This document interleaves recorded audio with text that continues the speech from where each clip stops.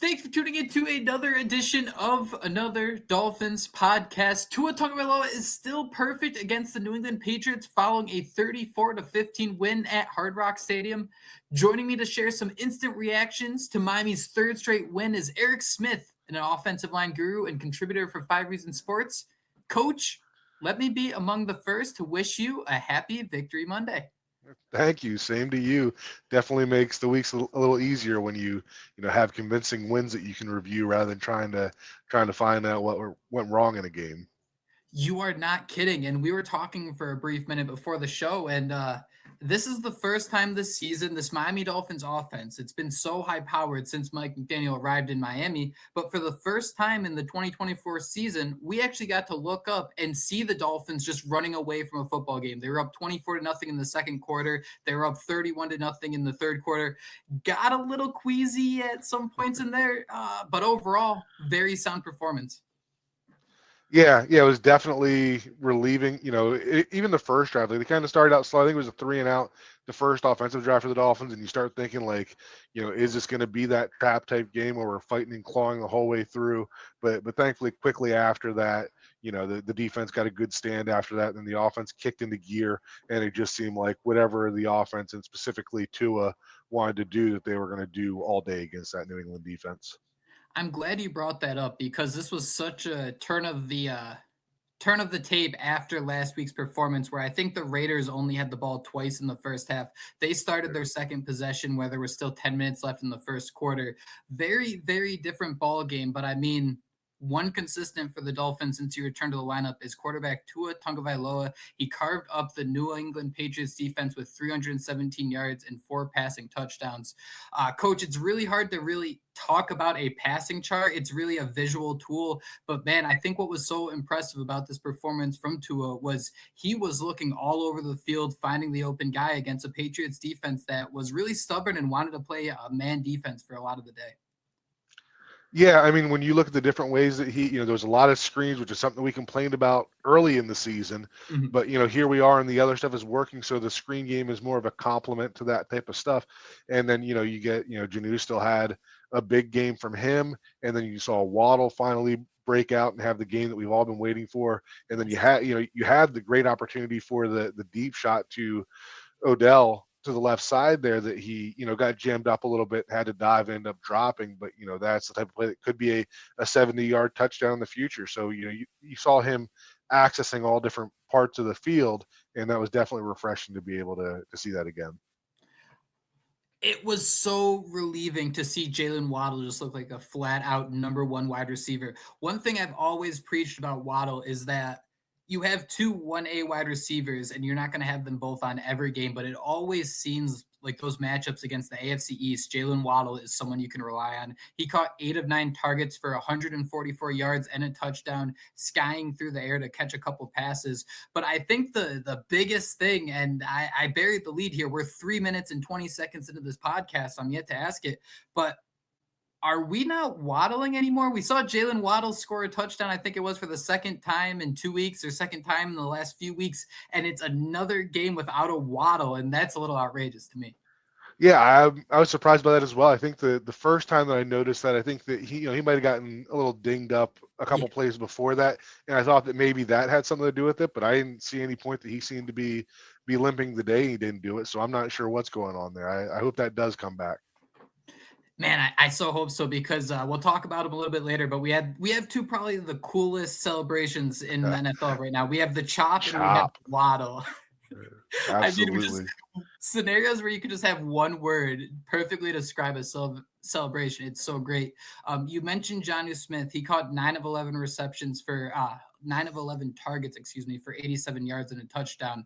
Something that stood out about this game was Miami's inability to run the football. But when Tua and the passing offense is moving the ball like this, and you mentioned the screens where those can kind of be, it's kind of a broken record at this point, but those type of passes are extensions of the running game. You saw that the Miami Dolphins, even when the Patriots are focusing in on all right, let's limit Tyreek Hill to 6 targets. Let's make sure Devon Achane doesn't kill us on the ground. The Dolphins still have a lot of different answers where they can just pile on points. Yeah, so you talk about complementary football between the offense and the defense and the special teams, but that exists within those units too, and that's what you're seeing with the offense. I mean, this offense has traditionally been that big play down the field type thing, and we see teams adjusting to that. They're not giving that up. So you saw the running game really taking off, and now and one of the adjustments to the offense in the past was that I think it was the 49ers were one of the first teams that really started playing their linebackers a little further back to take away those deep in and dig routes. And that's what opens up the running game, right? Mhm. So now you have teams that are still trying to keep a lid on the deep passing game, but now they're, contributing more guys into the run game. Well, now we're seeing the digs and, Waddle hitting the digs. You're seeing Janu going over the middle, hitting that stuff. And that's the type of stuff that opens up. Again, complementary levels to that offense. And going forward, teams are going to have to decide which one they want to give up. Like, are they going to, go back to letting them run the ball, having those linebackers sit back further to take that stuff out and letting the Dolphins run the ball? Or are we finally going to get a team that says, we've seen the Dolphins run the ball this year. We've seen them, destroy the last couple of teams over the middle with the ball. It's time to just take our chances and hope that Tua can't hit the deep pass and bring it back, bring it back to what we used to see against the Dolphins. So it'll be interesting to see going forward how defenses adjust to that. But I think that, having the offense that has all of those different answers and a quarterback that really has the ability to get to any of that as well. We're seeing Tua play at a really high level that, there's probably been some of those shot plays called and they're not there, but Tua's not forcing anything, right? If those guys are being run off by Waddle and Hill, then something's going to open up underneath, whether it's Janu Smith against a linebacker over the middle. We've seen him dumping it off to Achane, on the swing routes there, what they scored on today with that. Mhm. So, having the answers from a personnel perspective and a quarterback that can really, choreograph all that, makes it a tough offense to stop right now. And I think what's so relieving about watching it all come together for this Miami Dolphins offense is that it's just happening, right? I think in years past we saw scenarios where it was like a ball just dropped off Tanner Connor's hands. We saw it. We saw the vision of what this offense is trying to do. We saw Jeff Wilson have that hole, but an ankle tackle is just the difference in a 15-yard gain compared to a 30-yard gain.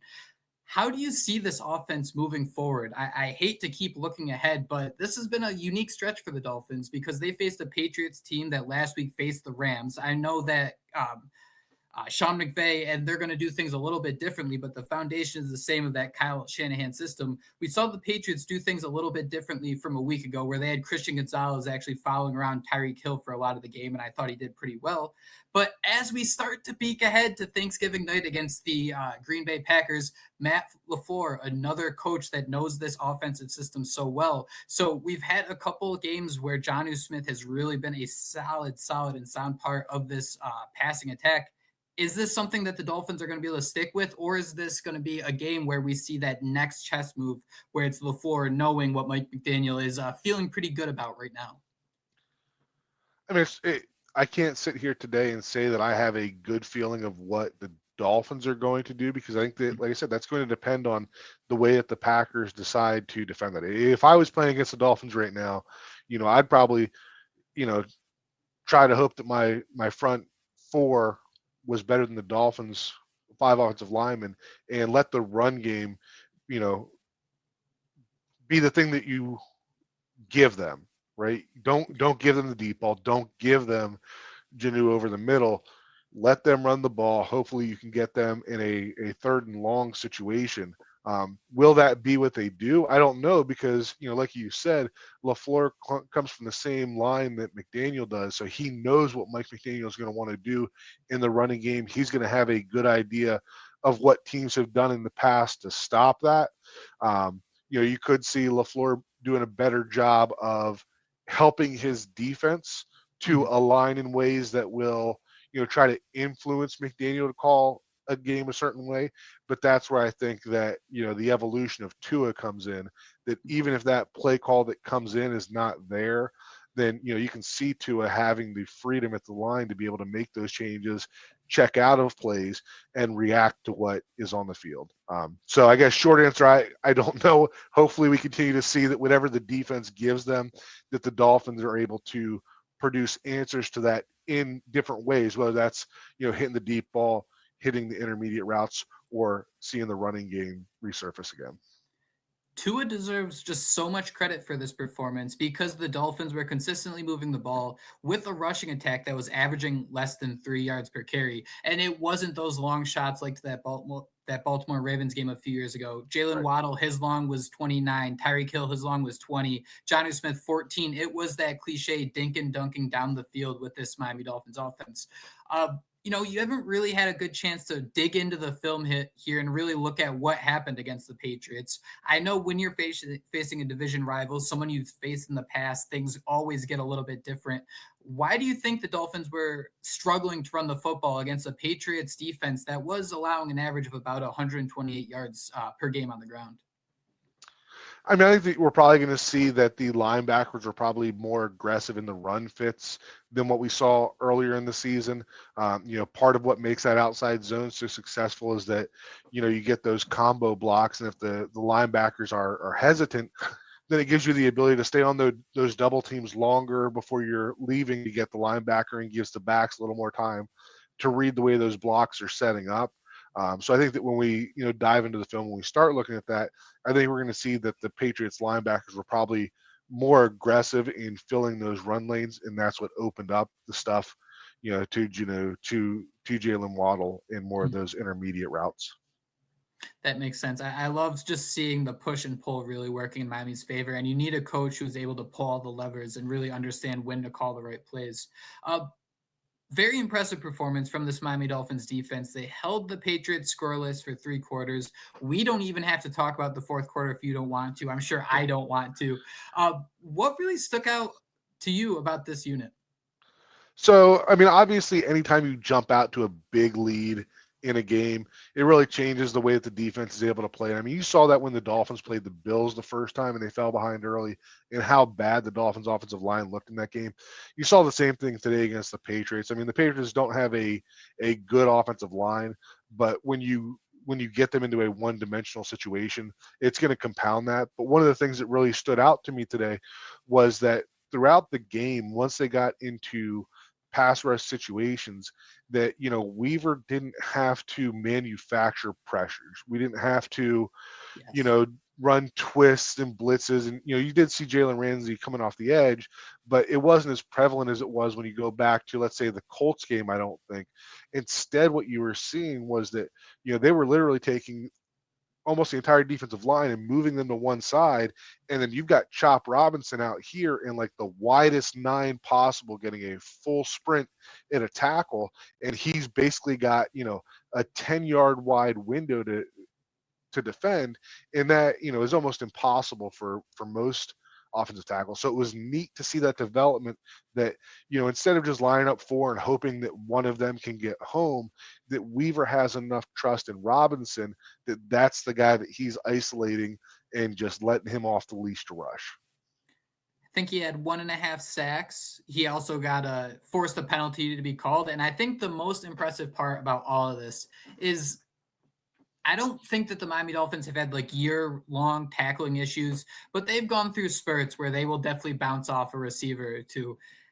Nothing was more relieving than not only seeing Chop Robinson absolutely torch a left tackle, but he was able to take down 6'4", 225-pound Drake May without him being able to wiggle out of the pocket. I mean, for so long, we were under the impression of the Dolphins drafted Jalen Phillips and signed Bradley Chubb so you could have these big physical, these monsters at defensive end to bring down guys like Josh Allen. But I mean, what a performance from Chop Robinson. I was begging him to be more than just that PFF darling, which is great.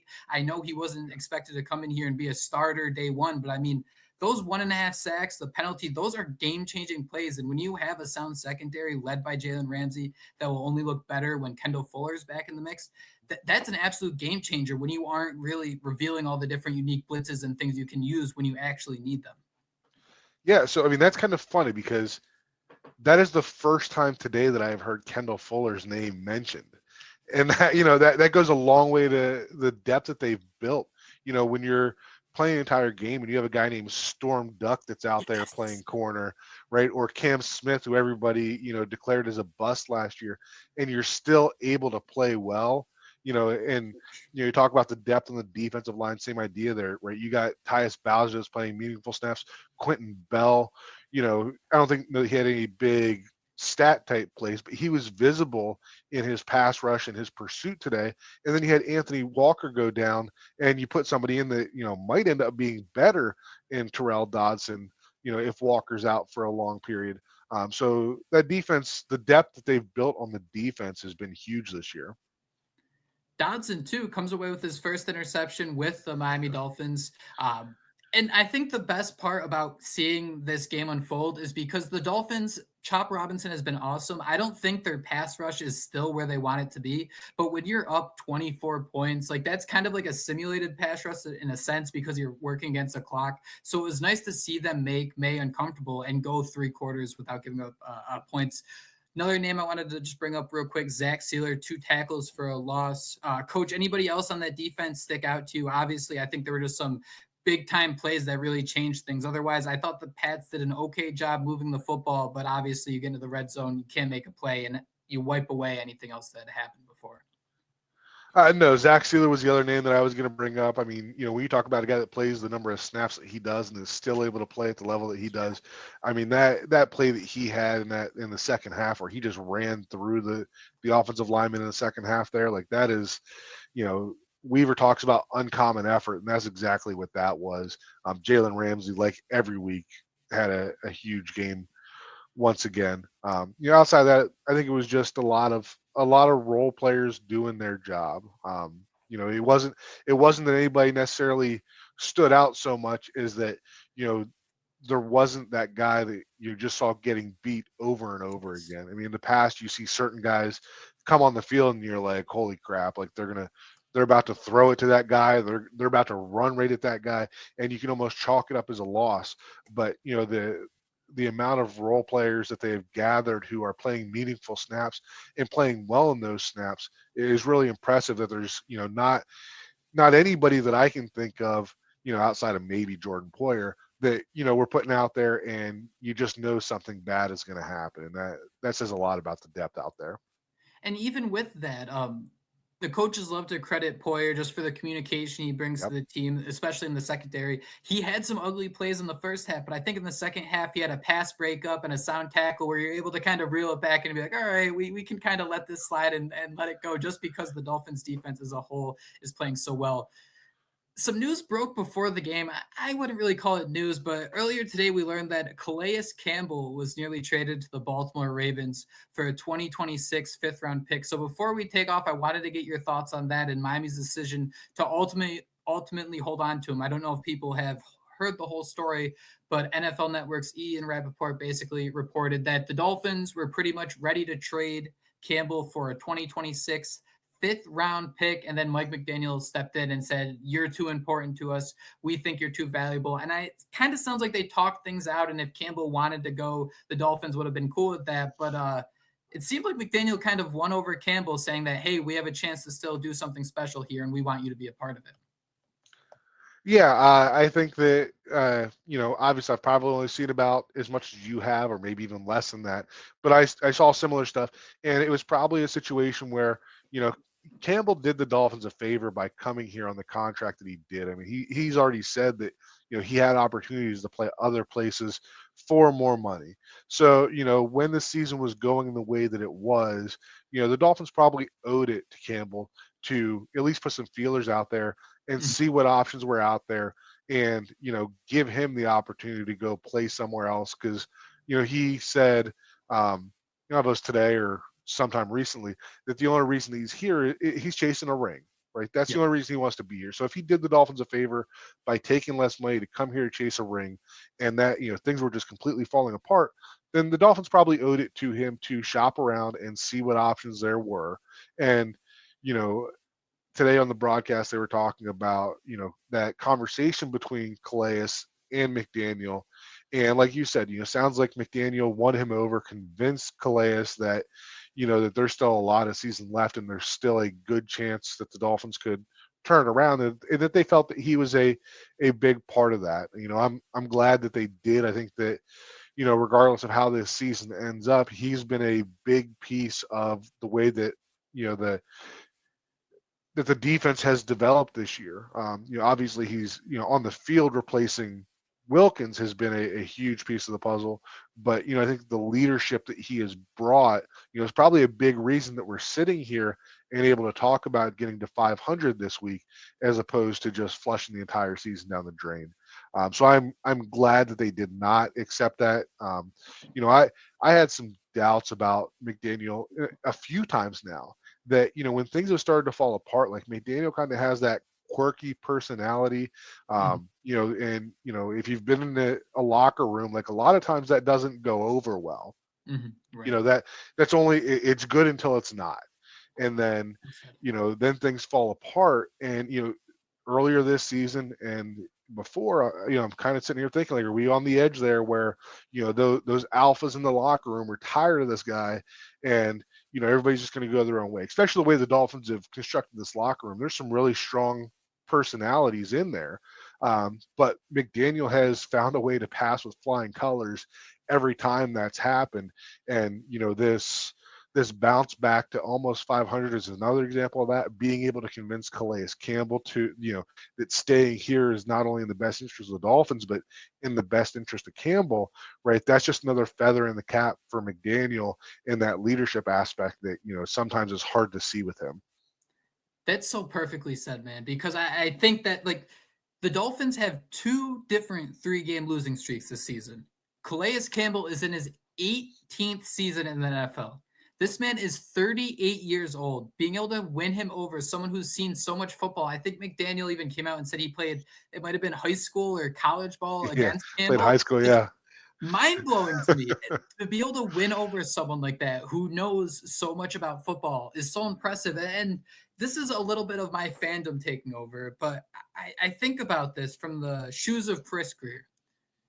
Calais Campbell is 38 years old and he's on a 1-year contract. Those are so important notes to keep in mind when you talk about trading him. This is also someone who leads the Dolphins in tackles for a loss, in sacks, and in batted balls, in passes defended. Wow. Even if Miami didn't win the last 3 games, I'm not sure I'd be able to stomach trading him for a 5th-round pick 2 years in the future. I'm not sure I'd look at Chris Grier and say, man, that was such a great deal, and be happy about that. I'd probably be upset about that even if Miami didn't win another game this year. I know that'd be a disservice to Campbell, and I'd be able to talk myself through it in that scenario, but just looking at the return for someone who's playing so damn well, no. Yeah, agree. Like you said, it would be a service to Campbell to be able to do that, and for the Dolphins to be able to get something. But, if you're looking at whether a 5th-round pick 2 years down the road is worth what Campbell can give to the team, there's no way that's equal value. And what are your thoughts on the idea that McDaniel has? We don't know everything, and that's really important with all this. But the way this kind of works, the idea of McDaniel and Grier going back and forth, and McDaniel kind of sounding like he has that trump card. Does that make you feel a little confident moving forward, or what is that? Did learning any of this change your thoughts about the dynamic of Grier and McDaniel moving forward? I didn't get the sense that McDaniel had a trump card in that thing. I feel like it was more of Campbell's decision, to tell Mike that he wanted to stay. I don't know that. Grier has always been the reputation of a coach pleaser, right? Usually if a coach wants something, Skylar Thompson, I feel like is a great example of that. If a coach wants something, Grier is probably going to give it to him. So, in an example like that, I feel like it was, probably the team saying, yes, we owe it to Campbell to go out there and shop, and Grier coming back and saying, hey, this is what we got. There may be worse teams that were giving better offers, right? But if Campbell wants the opportunity to play for a ring, I can send him to Baltimore. I can get a 5th-round pick 2 years from now. And, he probably went and talked to Mike about that. And then, that may have been where Mike was like, hey, let me talk to Calais. And then that conversation happened. And, probably coming out of that conversation is where, I don't know that if Grier wanted to pull off that trade, I don't know that there was anything preventing him from doing it, but I think that, the opinions of probably mostly Calais, but also Mike was enough that Greer's like, yeah, like that's not good value. It's not like, somebody was offering a second round pick next year for him. So I think that in that type of situation, I think that Greer probably defaulted to whatever the coach wanted, which, probably came from what the player wanted in this unique scenario. It's a great point. Thank you for talking that out. That actually makes a lot of sense. At OL Coach Smith 63 on X. Eric, I appreciate you so much for taking the time to join. There are some moving pieces still going on. We're recording this Sunday afternoon. The Texans did lose to the Titans. We need every team in the AFC to lose. The Broncos are still playing. That's the other game we're really keeping our eye on. Miami leapfrogged the Colts, but ignoring all the other games, Dolphins coming off this 34-15 win over the New England Patriots. A very, very quick turnaround. Thanksgiving night against the Green Bay Packers. How you feeling? I like it. I mean, like I said, they've been playing very well these past few weeks. I like the way that they've been, developing. Like I said, there's different layers of the offense. So it's not like we're coming in and just saying that Tua's been throwing the ball on the field and that's what we're expecting him to do. It's that, I have confidence in the ability of the offense to take what the defense is giving them. Obviously, some big narratives if the Dolphins have a chance to, move in the right direction for the Dolphins in terms of playing on the road, playing on a short week, primetime television, good team, all that stuff. So, not expecting a blowout by any means, but I do feel good about the Dolphins' chances to go up there and come back with a victory. Perfectly said, and you better check your pulse if you are not fired up. Thank you all so much for listening to Another Dolphins Podcast. Go out there, enjoy Victory Monday. We will be back soon to preview Packers, Dolphins on Thanksgiving. But until then, things up.